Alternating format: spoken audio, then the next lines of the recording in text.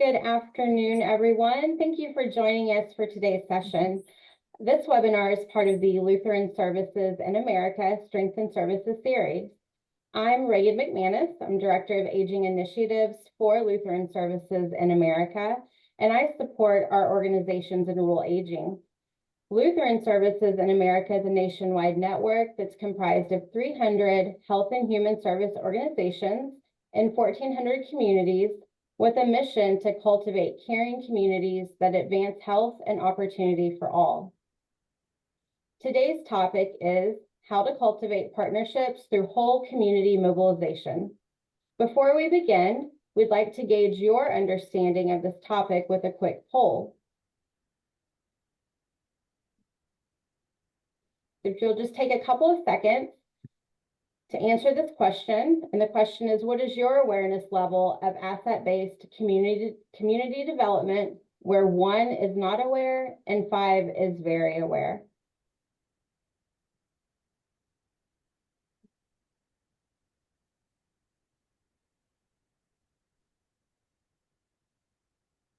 Okay, we'll give just a couple more seconds.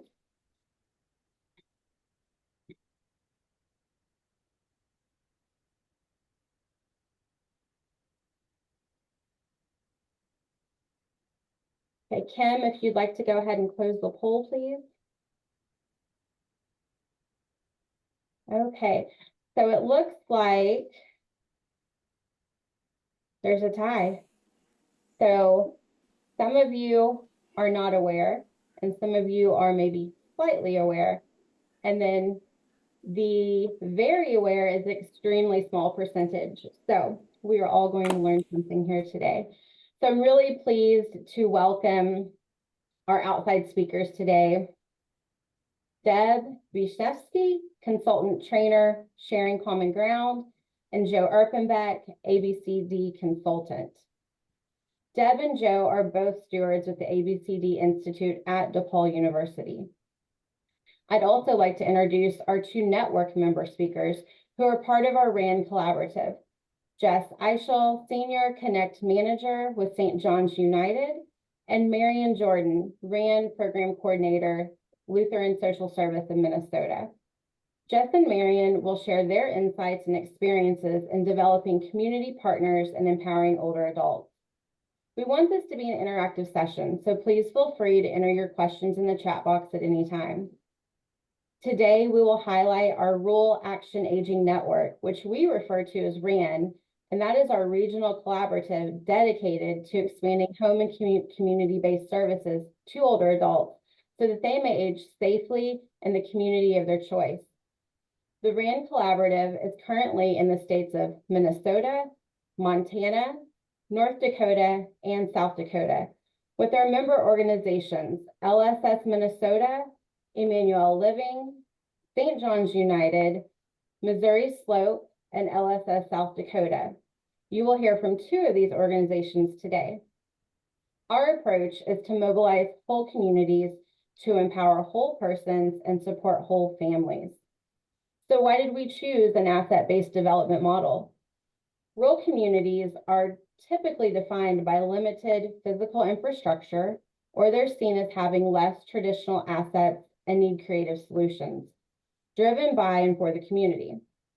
So by mobilizing the whole community, we build on rural communities' often overlooked assets of strong social networks and sense of community, where the Boy Scout troops mow lawns for the older adults, and the Farmers Union offers tractors for driveway snow removal. We chose to work with our presenters because Lutheran Services in America values strengths-based approaches in our faith-based tradition of recognizing the inherent dignity of every individual. And this is exactly what the ABCD approach provides. And now I'd like to turn it over to Deb to introduce the ABCD approach used by our RAAN collaborative. Hi, everyone. Great to see everyone that's here today. It looks like we have a nice group here. I'm Deb Wisniewski. As Reagan mentioned, I'm a consultant and trainer, and I ground the work that I do in something called asset-based community development. So today, this is sort of what I like to call the speed dating version of ABCD. You know, this is something I first learned about in 1993. Yes, I am that old, even though I look like a youngster. So I learned about this when I was in grad school, and I feel like I'm still learning about it, still growing all the time and thinking about it. But today we're going to give you just a few of the foundational concepts behind ABCD, and we're hoping it will wet your whistle and you'll be interested in learning more about it in the future. So I've got a funny little graphic up on the screen right now. This graphic, it has a lot of history behind it. It originated first as a overhead projection. So there you go. That's how old it is. But if we imagine this is a cup, we can either describe this cup as half full or half empty. And the same kind of concept can be applied to communities. We can either think about communities as, and the people that live in them as having deficiencies and needs and needing to be fixed. Or we could think of communities as half full. And when I think about it as half full, you know, I'm thinking about all those strengths and passions of the individual people that live in communities, and just the communities as a whole as having a great deal of positive assets to them. So this basic graphic really captures in a nutshell what ABCD is all about. Can you go to the next slide, please? If we are thinking about communities from a needs perspective, I'm sure many of you who have been involved in writing grant proposals have been asked to do a needs assessment or a needs map. And as a result, we get something that looks like this, something that really silos out people based on what's deficient about them or what's identified as a deficiency. So, you know, this is just sample where we think people, you know, according to, you know, broken families or gangs or dropouts or pregnant, you know, teens, things like that. And we run into a lot of problems with that. I mean, we run into, you know, situations where people, first of all, are defined by their needs. And second of all, you know, they see themselves, they come to identify themselves that way. And it silos efforts to help people, it silos efforts to grow stronger communities. It separates people rather than brings us together. Next slide, please. So when I talk about ABCD, I like to talk about it as, as having a new set of glasses on, my asset-based lenses. It really is about, at its most fundamental, ABCD is about looking at communities and the people that live in them through a different lens, through an asset or strength-based lens. So we're really thinking about, you know, what is strong about communities. As Jody Kretzmann would say, what is strong, building on what's strong, not what's wrong. It doesn't mean we ignore that half empty part of the cup. It just means that we don't start there. And the community helps to identify what they want to work on and what and how they want to grow as a community. Next slide, please. So I always like to say, when we say, so what is this asset-based community development thing? I like to say it's not rocket science. We are not a model per se. We are not a process. What ABCD is again, that lens. And it's very simple. It's like, how do we start with the strengths of a community and build on it? A little bit of history. The concept of ABCD, asset-based community development, was born through the work of Jody Kretzmann and John McKnight. I like to say that they discovered it, not invented it, because it was there in communities all along. But through John and Jody's research and talking to people across the United States, they discovered that even communities that were identified by others as needy or problem or disadvantaged really had strengths and assets present in that community. Next slide, please. So when we think about ABCD, what we're really doing is we're building on those skills of individual residents. We're looking at the power of local associations, and by associations, I mean the network of relationships between people, basically.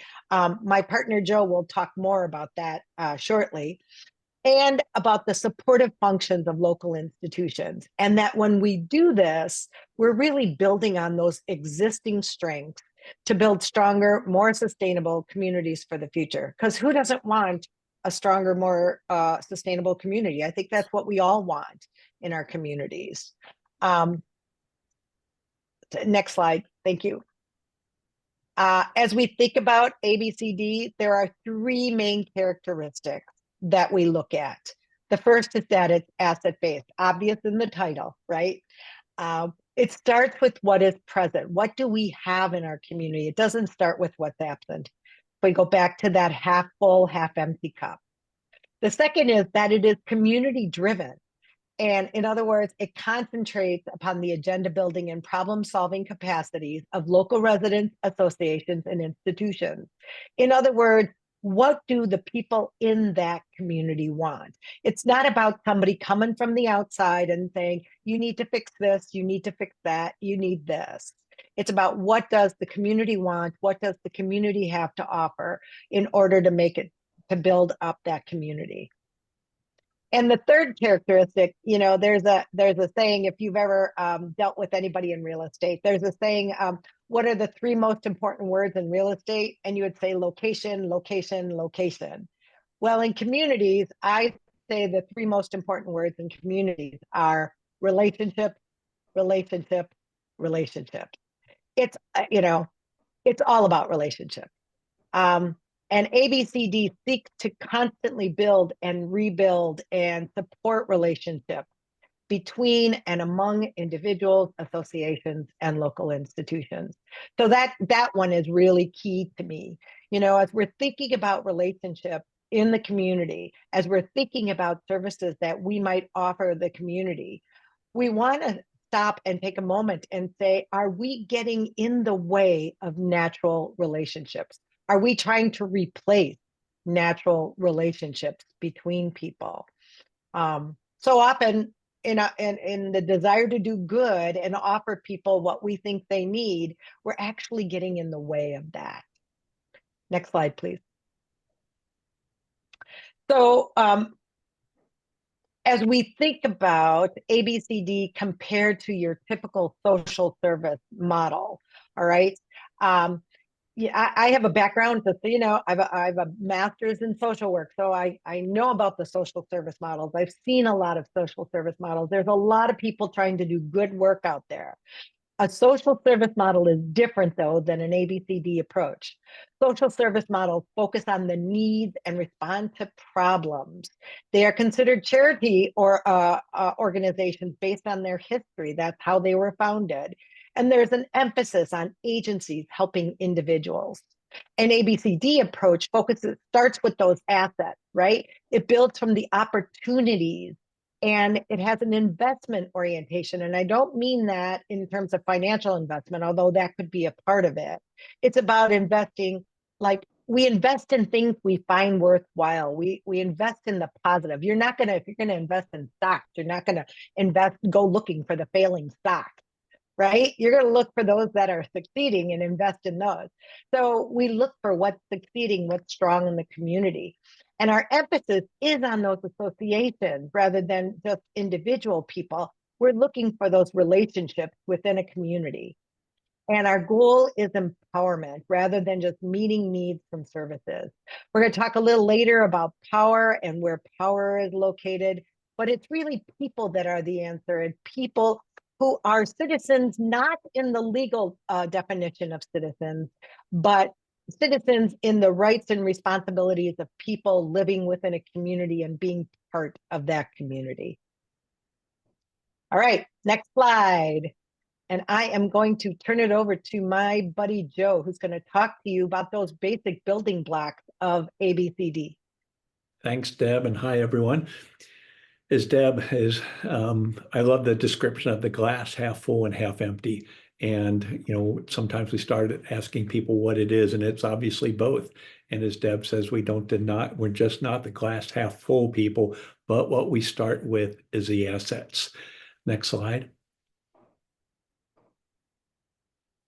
And real quickly, I'll just run through the 6 types of assets. 2 of the most valuable and are the individuals, the people in community, and the associations.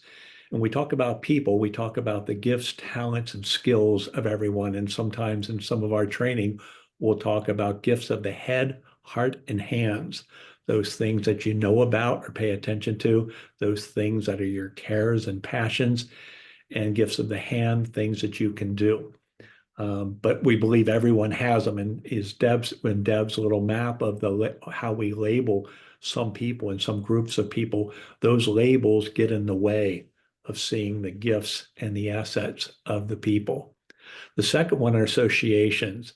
These are groups of people, typically small groups of people that get together about something they care about or they like to do together. Some of them are formal, lots of them are informal. We'll talk more about associations in just a minute, but that's a very valuable asset. The third one are the institutions. These are the agencies, health groups, service providers, educational kind of things that are in all of our communities. The fourth one is a physical space. This is the land and the things that are on it. These could be from parks, trails, community gardens, vacant lots, anything that's on the land is part of the physical assets. The fifth is the local economy, and this are the local businesses and all the exchange that occurs in community. And the final asset are the culture, history, and stories. These are the things that, each community has different things that make up their culture or stories they tell about the community. And that's a big, big and valuable asset also. Next slide. I want to talk just about a minute about the associations because that's an extremely valuable asset. And these are mostly small, but they can be both informal and formal groups of people. Typically, most people there are not paid to be there. People choose to be part of an association. And the power of an association comes from the combining and the connecting of all the individual gifts that are present. These make up all the clubs, groups. Some of them have names, some of them don't have names. I think of a neighborhood association I'm a part of. It kind of behaves in a somewhat formal way, to a knitting club that I got to know that was very informal. But these associations are a very valuable asset. Next slide. If anyone's heard of asset-based community development before, what they're usually most familiar with is an asset mapping and an asset mapping process. And it can look something like this, which was done by a small neighborhood outside of Philadelphia of an artist that they met as they were paying attention to the assets, who was able to draw up this poster of 81 of the over 400 assets that they had identified in their neighborhood. And it could be a graphic such as this. It could be an actual map. It could be a spreadsheet. But what asset mapping is mostly is paying attention and intentionally discovering all of those 6 different assets that are present in every community and looking for ways to begin to connect or mobilize those assets. So I'll turn it back over to Reagan, and in the next sequence of our presentation, they will hear 2 stories. But as you hear these stories, I think you'll begin to see how some of the assets were identified and then connected. Thank you, Deb and Joe. That was great. Now let's hear about what happens when you begin applying this ABCD lens to community partnerships, and then what it looks like in action. So we're going to hear from RAAN collaborative member Jess Eichel with St. John's United. Thanks, Reagan. So good afternoon, everyone. My name is Jess Eichel, and I'm with St. John's United, and I am actually located in Billings, Montana. Like she said, I oversee the RAAN in Eastern and Western Montana. So over the past couple years, we've connected with over 160 older adults and their caregivers. So our goal is to improve their quality of life and help them age in place. However, our work in rural communities presents a unique challenge because there aren't always resources readily available. Like Deb mentioned, it's kind of hard to see the glass half full at times. My situation was a little unique compared to the rest of the people in my collaborative because I was not from the communities that I served. I live about 4 hours away from there. So with that being said, I truly had to work from the ground up. I had to build my name, build my brand, and most importantly, gain the trust of the community. And for those of you from small towns, you probably know the struggles of outsiders coming in. So one of our program sites is a town with a population of just 230 people. And in such a small, tight-knit community like that, introducing new programs can be delicate. Existing services are already established along with different relationships, and it sometimes creates a barrier that are hard to break through. But with challenges can also come opportunities, and this is where my How to ABCD training. cultivate partnerships. Excuse me? They're on mute now, Jess. You can Oh, continue. okay. Okay. So this is where my ABCD training with Deb and Joe came in. So when I first started the program, I quickly realized that traditional approaches wouldn't suffice. So I relied on my trainings and began to map out the community assets, identifying every business and school and church, senior center, healthcare center, anything that you can think of. But I knew there had to be more because there was still such a desperate need for assistance with the older adult population. And one specific challenge that I faced was one November day, I received a desperate call from an elderly woman who had recently lost her husband. She was alone, her family lived far away, and the first major snowfall of the season happened, and she was unsure how she was going to get her snow shoveled so that she could leave her house. And she was terrified that she was going to have to move out of her home that she had lived in for 60 years. So my initial instinct was I'll just connect her with a local service that can help with snow shoveling, easy peasy. However, she couldn't afford such a service. So again, looking at the trainings that I had received, I decided to think outside the box. I actually turned to the youth of the community and reached out to the Boy Scouts. I ended up speaking to their scoutmaster, explained the situation, and to my surprise, he was eager to help. The boys graciously volunteered to shovel the women's yard during the winter, and then also offered to maintain her property throughout the rest of the year, doing all of her gardening and lawn mowing and weed eating and all of that she could no longer do. So that partnership not only alleviated her immediate concerns, but it also allowed her to age in place with dignity, which is huge. So that next fall, we organized a community chili cook-off to show off our appreciation for the community support of our program. And in doing so, I wanted to also shine the light on the Boy Scouts and make sure to include them in the event. It was fantastic. We invited everyone to attend with free chili tastings. In exchange, we asked them to bring one hygiene item, which we ended up donating to the older adults who were in need throughout the community. The Boy Scouts helped with the setup, the takedown, they served the chili, and they also set up a table that they could sign up new Boy Scout members and sell their popcorn. And I was able to get the local news to show up to do an interview with me. And then they also interviewed each of the Boy Scouts and get their perspective on our program and also shine some more work on what they have done throughout the community and goals that they were setting for themselves. So they were able to recruit 5 new Boy Scouts by the end of that week. And then they had a record sale in their popcorn as well. So it was a win-win. Also with the chili cook-off, it opened doors to other opportunities. We were invited to participate in health fairs. We joined forces with the Community on Aging to help host their events. And we even received an invitation to host some monthly gatherings at the local library for seniors. And speaking of health fairs, and as I wrap up my time with you, I wanted to share one final yet crucial aspect of our program success, which is the invaluable role of attending health fairs and any other community events that you're invited to. So these events have been proven to be instrumental in forging new partnerships with both conventional and unconventional partners that have significantly expanded our reach and impact throughout the community.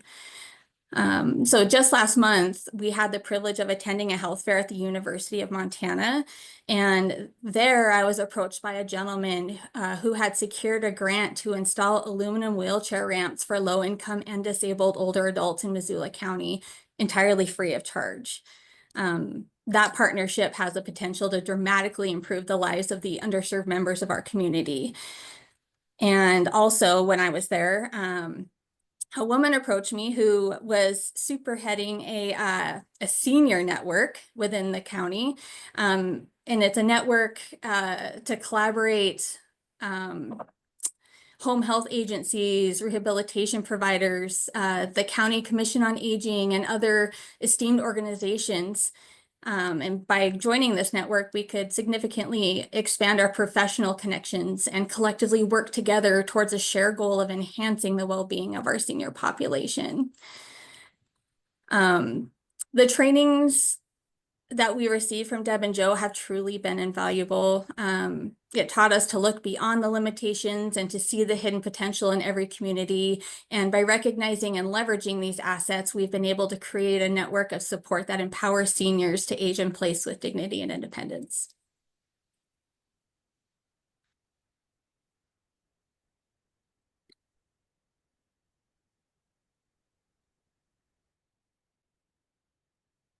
Okay, I think Joe was going to actually have a comment there. I wanted to just comment before we start talking about the power ladder and that story and those stories that Jess just shared. I think we heard a lot of key things about the assets and the asset mapping process, that there's usually more than we realize that are out there. And Deb or Jess and her group were so good about continuing to search and look for ways to make introductions, make invitations, and the connecting and the ripple effects that were felt through the community. And I think in each of these stories, we heard that things started building on one another.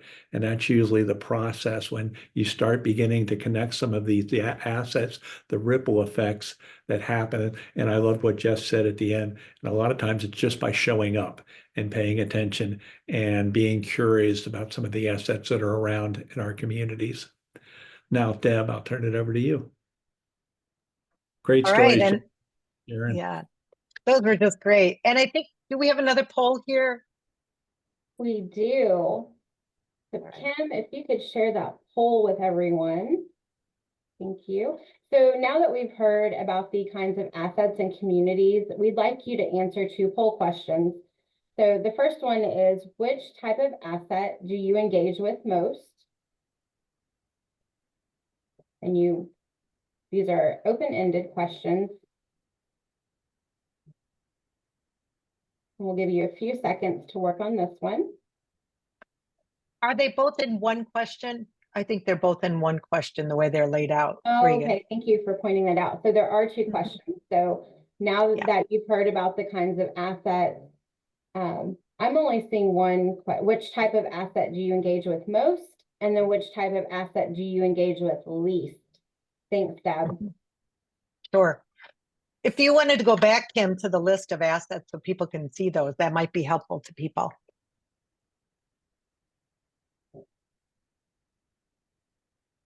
There you go. Thanks.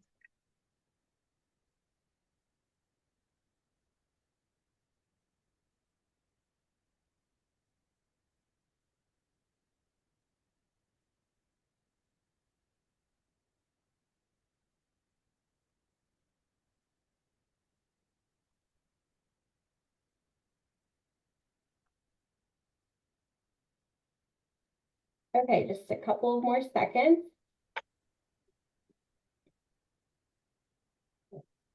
No right or wrong answers.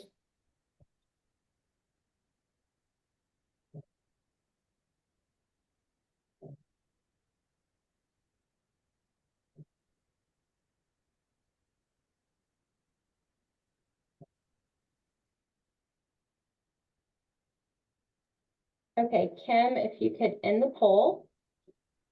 All right,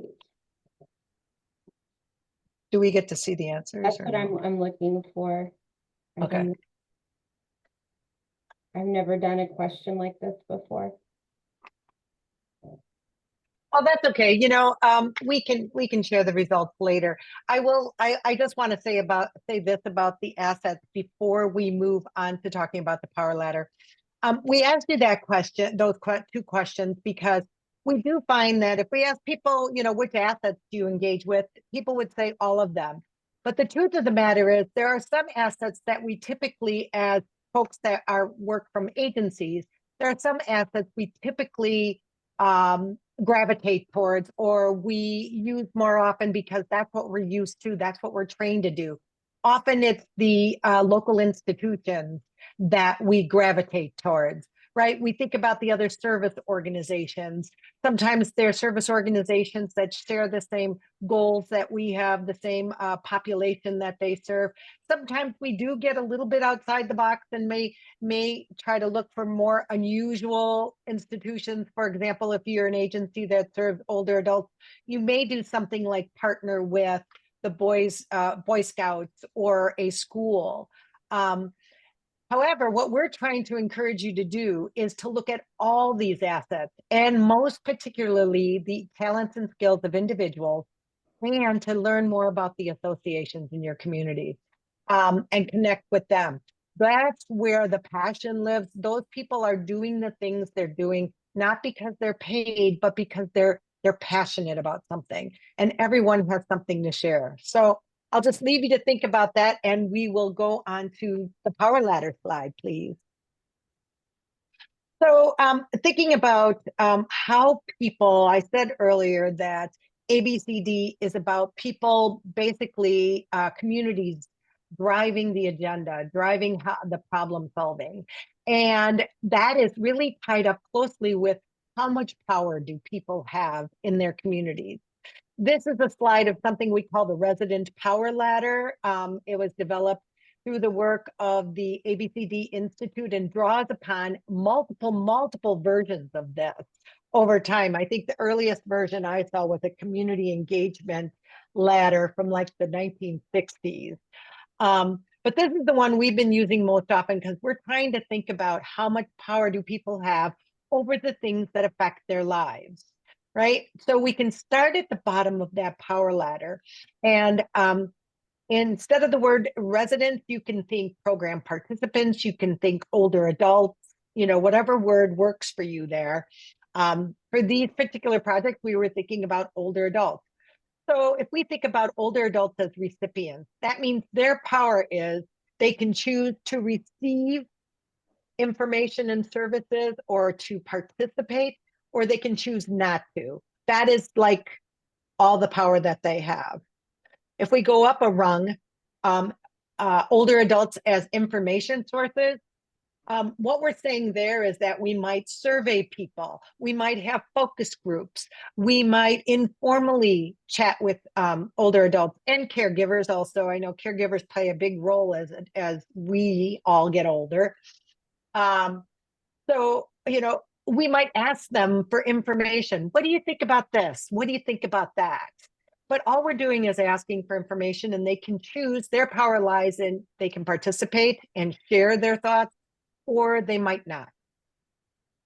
If we go up another rung to that third rung, we could say older adults and their caregivers as advisors or advocates.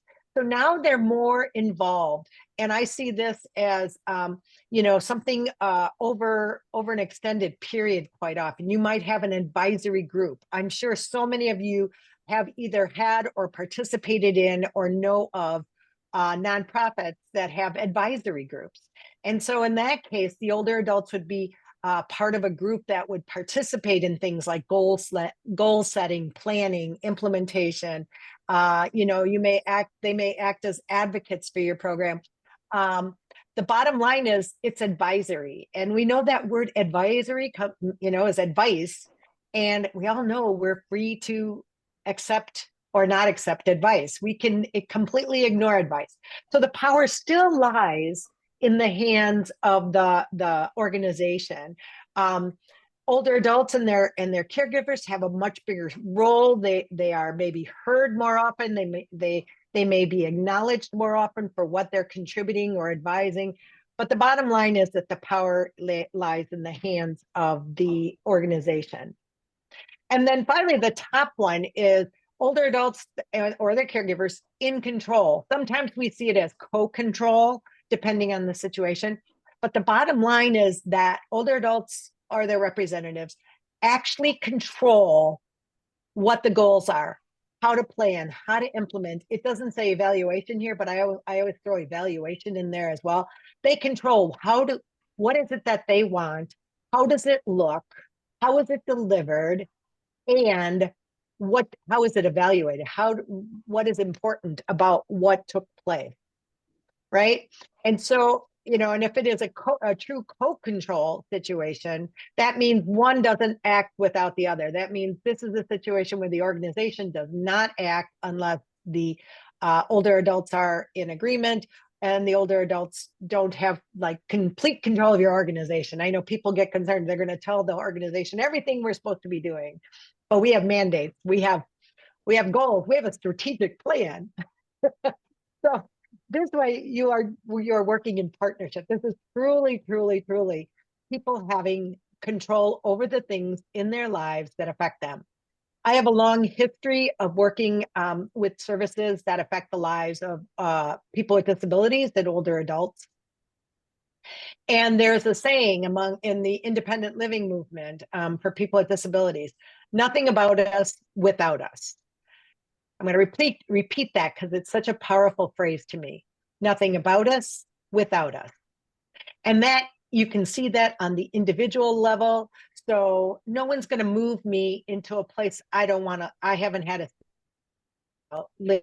No one's going to determine who I live with or how my day is structured without me having a say in it.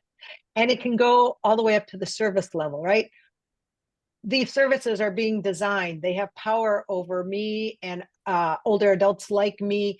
We should have a say in what those look like, right? Or how they're delivered or who delivers them. I may not want complete strangers walking into my home whenever they feel like it, things like that. So we really want to think about that.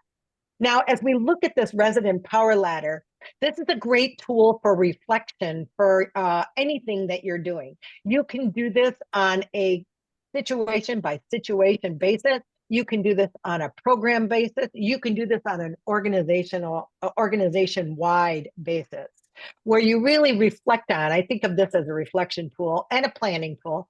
We really reflect and plan. Where are people now? And how are we going to support people to move up that ladder? You may not be ready to have complete overhaul of the way you do things, but there's this service, there's this program, and we might be able to support people to have a stronger role in that and be in more control in that. How might we do that? So people can move. I always say, it's not like the bottom rung is bad and the top rung is good. It really is a matter of how do we constantly reflect and support the idea of people having more power over their lives? And how can we, from organizations, support people to do that? All right. And I'm going to pass it back to Reagan, who's going to introduce Marion to talk a little bit about what they've been doing. Thank you, Deb and Joe. Next, we'll hear about what empowering older adults through these strengths-based approaches looks like from RAAN collaborative member Marion Jordan with LSS Minnesota.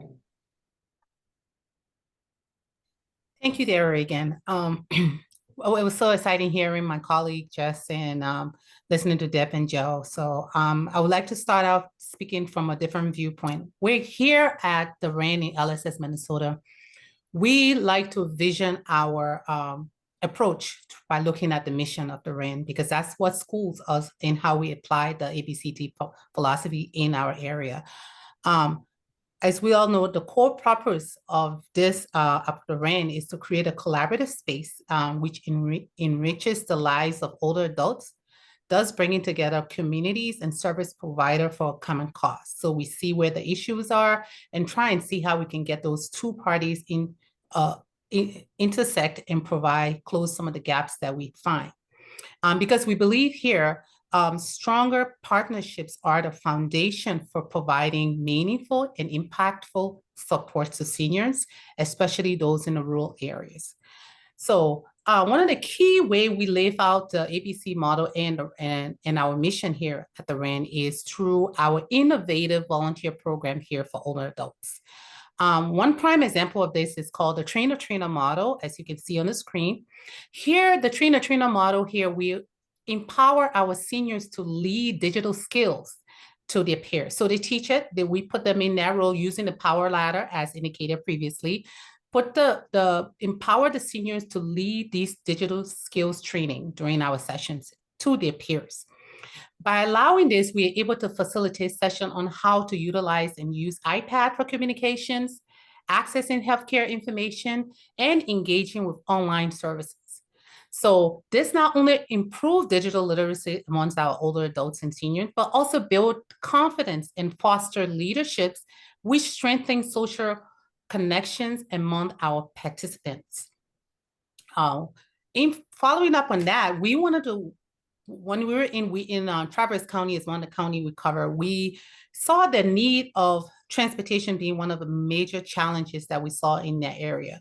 And utilizing the ABC model, we connected with an organization that was providing partnerships, recruiting local volunteers within the community to serve the seniors within the community. And we did see there was a gap that even though we have transportation during the day hours, sometimes some of our seniors struggle for rides after hours, so evening time and all of those. So in working with the ReadyWise services and recruiting local volunteers, we were able to establish a volunteer-led system. And this ensured that our older adults in that area were able to attend community event, visit local, attend after hours medical appointment, social events, community gatherings, and thus also enhancing their independence and quality of life. Next slide, please.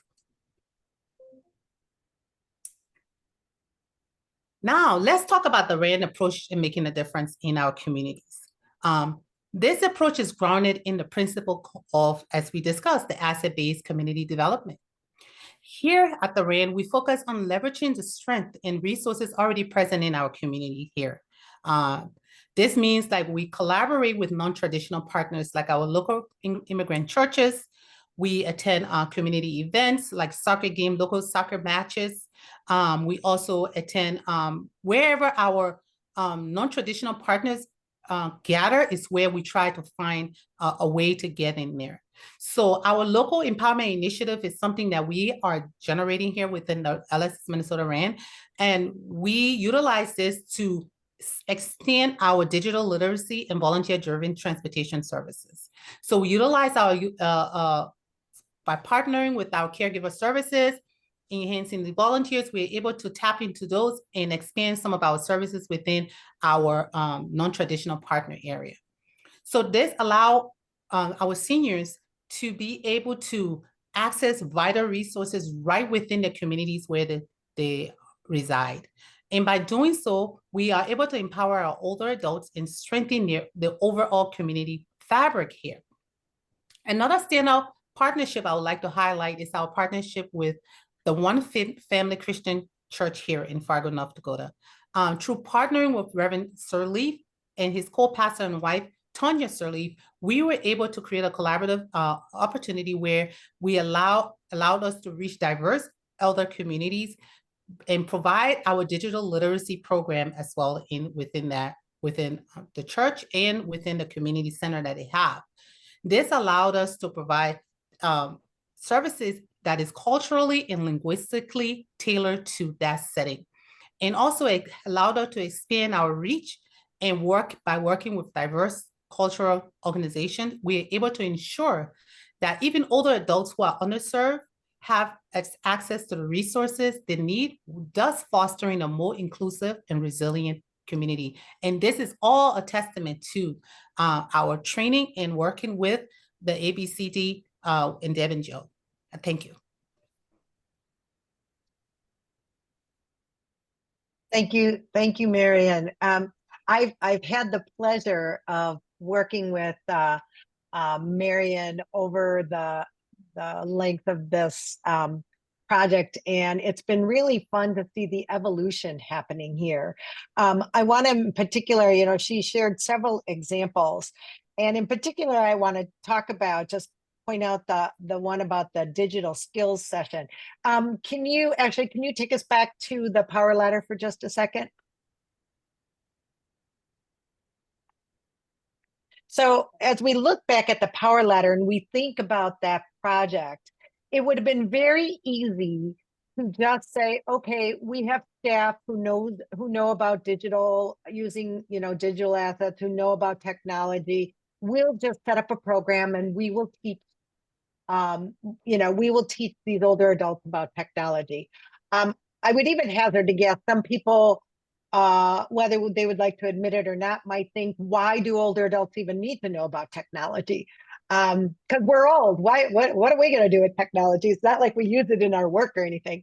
But we'll say we started with thinking about older adults as recipients of a program, right? So there's that possibility, and that you know, sometimes that'll be a great program, that'll be an interesting program. But you know, if we're really thinking about moving people up the ladder, which is what Marion has done here, she's really been thinking about this over time and trying to implement various aspects of it, you know, and it really is about the older adults being able to teach the classes, to be able to teach what they know, or to learn what they know in order to teach, because they have skills in teaching, or they just want to share with other people. They want to help other people.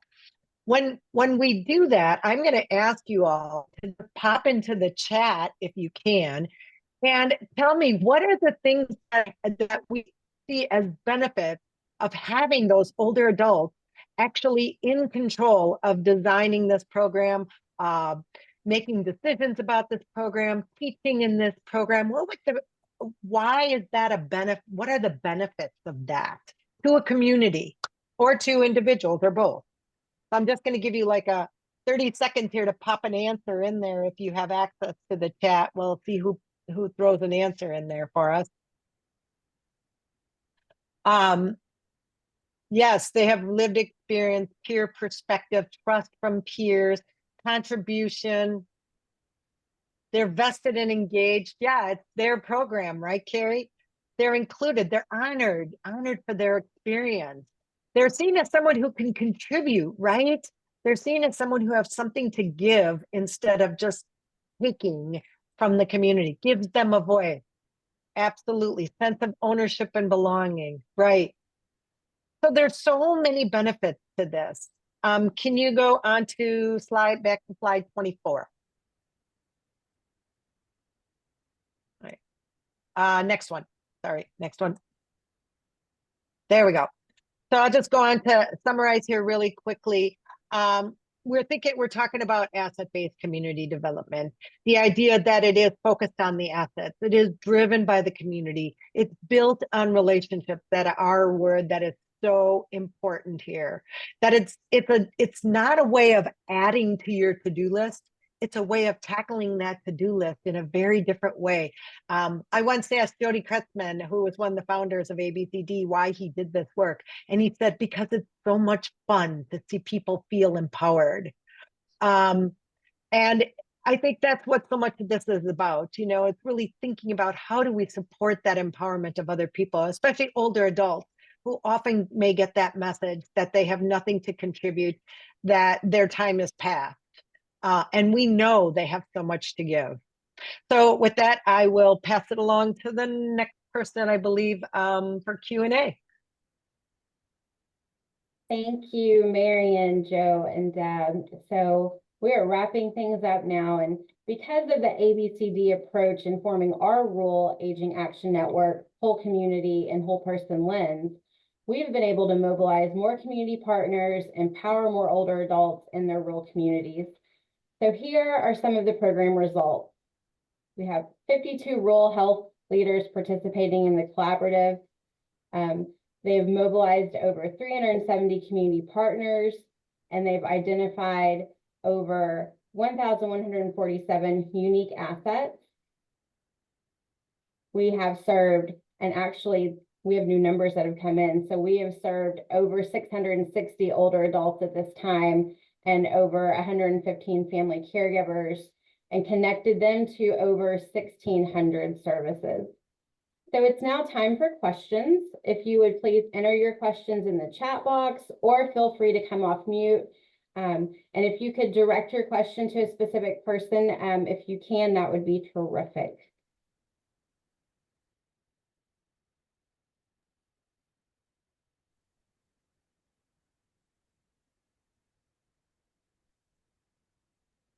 Looks like we have a raised hand. And Justina, do you want to come off mute and share your question?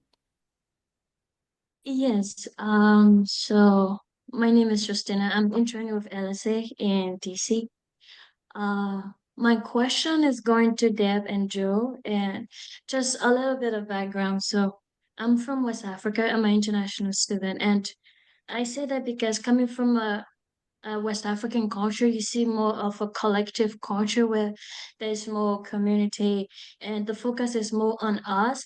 And one cultural shock I've had in the US is that the US is more individualistic in culture. So, in relation to your work and using the asset-based community approach, I was just wondering, what are successful methods or incentives that initially bring community partners to the table to start a conversation? Given the culture in America as a whole. Joe, should I jump in first? Because I have some thoughts on that. Okay, so first I want to say that I have done a little bit of work, and we have colleagues throughout Africa that are using these principles and practices of ABCDs. So it's really interesting that you bring up this question. And I totally agree with you. There's this idea somehow in the U.S. culture that, we have to stand on our own 2 feet and we have to, be individualistic and all that. And, the first thing pops to mind that we talk about in ABCD is conversations and listening.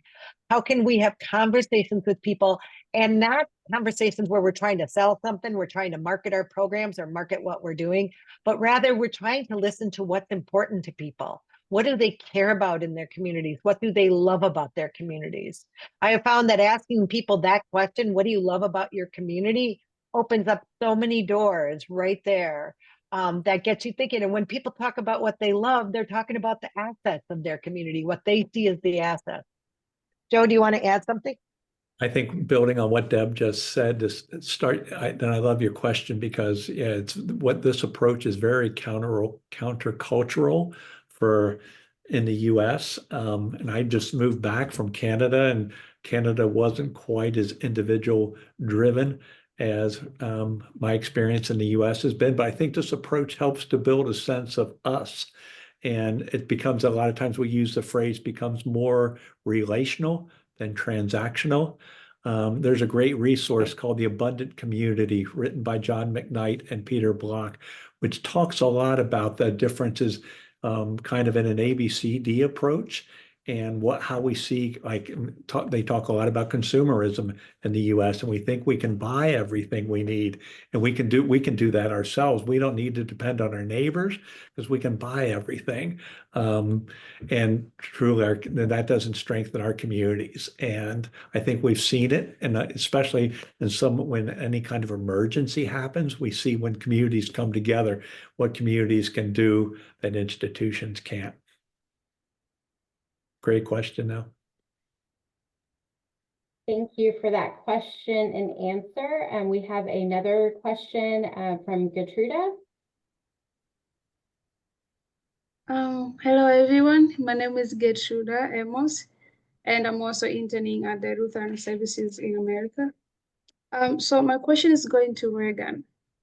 So what type of data do you collect in order to measure or monitor the ABCD approach?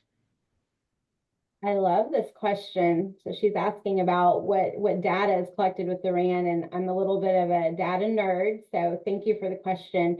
When the RAAN leads are in the homes and in the communities assessing the older adults and their caregivers, they're collecting different data points, and it's all very conversational. It's not like a black and white government type form, which is one of the beauties of the program.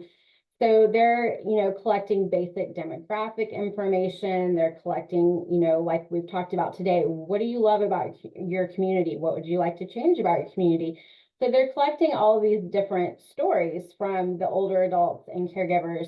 And then at the end of the month, they come in and they turn that data into a dashboard. And we use Tableau, if you're familiar with that. It's a really neat interactive dashboard. So we can see just up-to-date information at the click of a button. It's web-based, and you can break it down by RAAN. So we have 5 RAANs, so we can look at each of them individually, or we can look at them as a whole.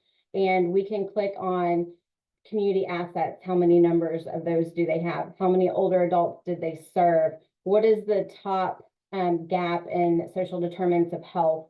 And we can do date ranges. So it's really fabulous. So we capture a lot of information because that's what helps paint the picture, and it shows the needs, and it shows the work that the RAAN is doing to help these individuals. So thank you for your question. Do we have any final questions before we wrap up?